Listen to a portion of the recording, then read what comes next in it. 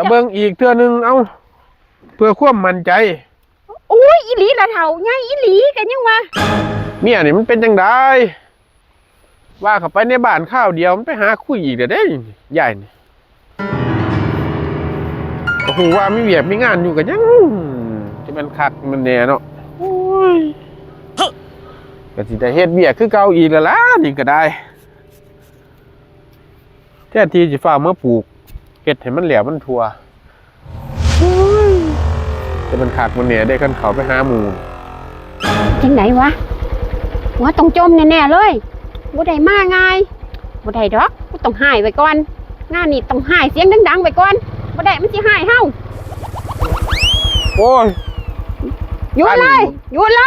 อย่าเว้าเลยคนกำลังโมโหอยู่นี่แฮงโมโหอยู่สิมาเว้าข่อยแฮงตะเถียงหมู่บ่สู้อยู่นี่โหอีบ่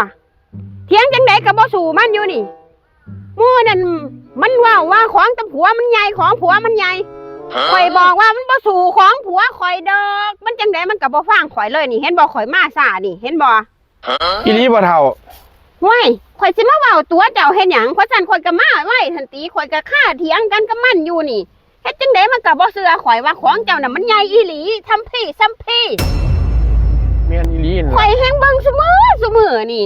ของผัวมันอีหยังบ่นี่มันก็ว่าของผัวมันใหญ่ซ้ำนี่จังไดมันจังกล้าเถียงเจ้า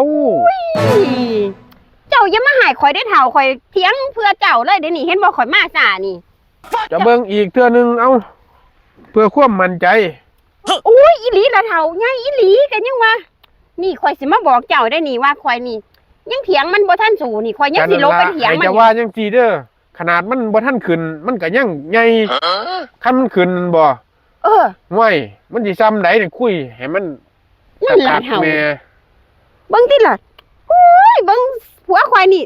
เบิ่งหุ่นก็ฮู้แล้วเบิ่งหุ่นก็ฮู้แล้วบัดนี้มันสิมาเถียงข่อยอยู่ว่าเถียงจังได๋หรือว่าของผัวมันลงขอนบ่เฮ้ยบ่ฮู้แหล้วบ่แม่นมันคนน้อยๆแต่ว่ามันลงขอนบ่เฮ้ยมันก็เลยเถียงแหมโอ้ยมันสิว่าเจ้านั่นใหญ่ซื่อๆบ่ถูกทหารบ่เฒ่าห้วยของข่อยมันก็ใหญ่อีหลีจะแม่นข่อยคือจะหายแต่ข่อยอยากพาเจ้าไปเปิดให้มันเบิ่งเลยแหมเฒ่าเอาจังซี่เลยบ่โอ้ยมันสิดีบ่ล่ะเอาจังสั่นบ่โอ้ยมันบ่อยากเชื่อหลายสิเฮ็ดจังได๋ล่ะเฒ่าเอาจังสั่นก็ไปสั่นไปเปิดมันเบิ่งโลดไปสั่นย่านบ่สู้มันเว้ยย่านบ่สู้มันติล่ะไปตามแผน